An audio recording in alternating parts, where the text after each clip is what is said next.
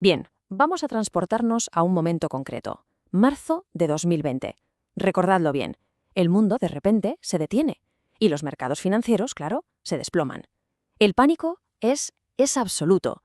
El mercado se hunde, más de un 30%, en apenas unas semanas. La palabra crash la veías en absolutamente todos los titulares. Y en medio de ese caos, que hacía la inmensa mayoría, pues lo que parece lógico, ¿no? Vender. Venderlo todo, daba igual el precio, el único objetivo era salir de ahí. Y mientras el S&P 500 estaba literalmente en llamas, otro indicador, el VIX, hacía justo lo contrario, se disparaba más de un 250%. Pero ojo, que aquí es donde la historia se pone interesante.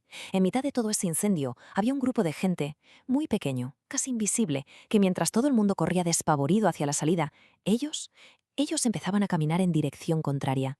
¿Y se ponían a comprar?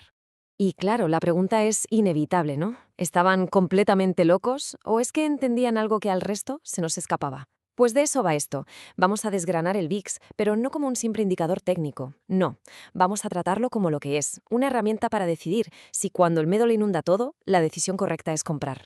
Porque el verdadero protagonista de esta historia, que nadie se engañe, no es el inversor, es el miedo. Sí, ese miedo visceral que te obliga a vender en el peor momento posible, el que te paraliza y te impide actuar cuando ves a la pantalla teñida de rojo. Y resulta que ese miedo tiene un indicador. Su nombre oficial es Thibault Volatility Index, pero vamos, todo el mundo lo conoce como el VIX, el famoso, el archiconocido índice del miedo. Pues bien, aquí va la primera sorpresa de todas, el primer giro de guión. El VIX no mide el miedo. No, no es una encuesta para ver quién está más asustado. Es algo mucho más tangible, mucho más real. Lo que mide es cuánto están pagando los inversores, con dinero de verdad, por protegerse. Es básicamente el precio del seguro del S&P 500 para los próximos 30 días. Y se calcula a partir del precio de las opciones. Así que no es una opinión, no es un sentimiento, es dinero contante y sonante. Y esa cifra no suele mentir. Y el mecanismo es pura causa y efecto.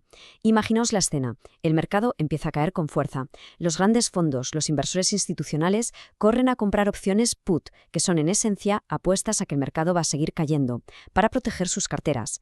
Es como salir a comprar un seguro de incendios cuando ya ves el humo saliendo por la ventana. Y claro, esa demanda masiva y repentina hace que el precio de esas opciones, de esos seguros, se dispare. Esa subida de precio es la volatilidad implícita, y eso a su vez hace que el VIX suba como la espuma. Por eso casi siempre vemos esa correlación inversa tan clara. El mercado cae, el VIX sube. El mercado sube, el VIX se relaja. Pero aquí, atención, aquí es donde la mayoría comete un error de concepto fundamental. Creen que el VIX es una especie de bola de cristal. Y no lo es. El VIX no predice absolutamente nada. Cero. El VIX reacciona, sube cuando el daño ya está hecho, cuando el mercado ya está cayendo. Y entender esto lo cambia todo sobre cómo debemos usarlo. Así que venga, volvamos a la pregunta del millón. Volvamos a marzo de 2020. El VIX está por las nubes, por encima de 80. Los titulares son apocalípticos, la economía mundial paralizada. Ahora lanzo una pregunta un poco incómoda. Si alguien hubiera comprado el S&P 500 en ese preciso instante, ¿habría sido una mala decisión? Pues mirad, si nos ceñimos a la historia, la respuesta es un no bastante rotundo. Los picos extremos del VIX, esos momentos de pánico absoluto, casi siempre han coincidido con momentos de capitulación del mercado. La capitulación es ese punto en el que el último vendedor, desesperado, se rinde y vende. Ya no queda nadie más por vender. Y justo después de esas capitulaciones suelen venir las recuperaciones más fuertes. Pero, ¿y este es el punto crucial de todo este análisis? Comprar con un VIX alto no es una fórmula mágica. No es ninguna garantía. Es una mejora de las probabilidades, una ventaja estadística que inclina la balanza a nuestro favor, pero solo, y repito, solo si se cumplen tres condiciones muy específicas. Primero, la crisis no puede ser un colapso estructural e irreversible. En 2008, el VIX estuvo altísimo durante meses porque el sistema financiero global estaba al borde del abismo. Un shock sanitario, como el de 2020, por muy grave que fuera, no es lo mismo. Segundo, hay que poder soportar más dolor. Un VIX en 35 no significa que hayamos tocado fondo, para nada. El mercado puede seguir cayendo otro 15%. Por eso, esta estrategia requiere un horizonte a largo plazo y, por supuesto, nada de apalancamiento. Y tercero, el más importante. Esto no va de hacer timing de mercado. No se trata de acertar el suelo exacto. Se trata de entender que la probabilidad de obtener buenos retornos a futuro mejora drásticamente cuando el pánico es máximo. Es una apuesta estadística, no una certeza. Y es justo en este punto donde muchos inversores, incluso algunos con bastante experiencia, caen en una trampa que puede salir muy pero que muy cara. El razonamiento que hacen parece lógico, pero es profundamente erróneo. Piensan, oye, si el VIX representa el miedo y sube en las crisis, lo más inteligente es comprar un ETF del VIX, me siento a esperar a que llegue el próximo crash y me forro. Error. Un error fundamental que puede aniquilar una cartera. La razón es que no se puede invertir directamente en el VIX.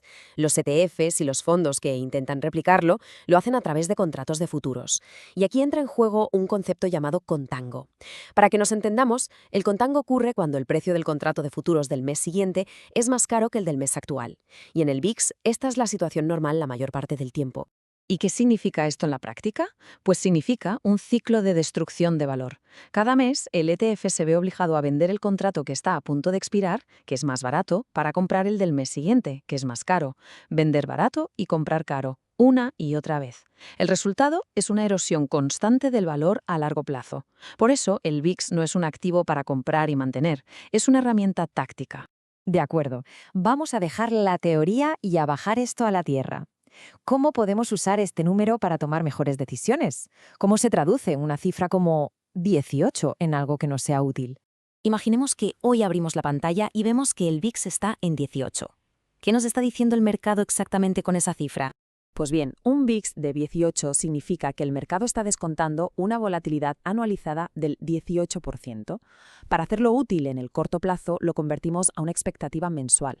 La fórmula es sencilla, dividimos el VIX entre la raíz cuadrada de 12. En este caso, 18 dividido entre aproximadamente 3,46 nos da un 5,2%. Y si el S&P 500 cotiza, por ejemplo, en 5.000 puntos, ese 5,2% equivale a unos 260 puntos. Y fijaos bien, esto no es una predicción de que el mercado vaya a subir o bajar 260 puntos. No, es el rango estadístico que el propio mercado está descontando, te está diciendo cuánto espera moverse. Y eso es una herramienta increíble para dimensionar el riesgo real. Entonces, con todo esto sobre la mesa, volvemos a la pregunta inicial. Cerramos el círculo. ¿Debemos comprar cuando el VIX está por las nubes? La respuesta es un depende como una casa. Es un sí rotundo si tu horizonte temporal es largo, si no necesitas esa liquidez a corto plazo, si no estás apalancado y sobre todo si entiendes y aceptas que el mercado puede seguir cayendo, porque el miedo extremo estadísticamente tiende a ser insostenible. Pero es un no categórico si buscas un rebote inmediato, si no toleras más volatilidad o si estás invirtiendo dinero que podrías necesitar pronto. En ese caso, el VIX no es tu amigo, es una sirena que te atrae hacia las rocas. Al final, el VIX no elimina el riesgo, sino que te ayuda a entenderlo, a medirlo y a ponerlo en contexto. Y el inversor que entiende la naturaleza del miedo no necesita huir de él, puede usarlo a su favor. Porque el VIX no es un indicador para asustarte, sino para medir cuándo el mercado está pagando un precio excesivo por el miedo.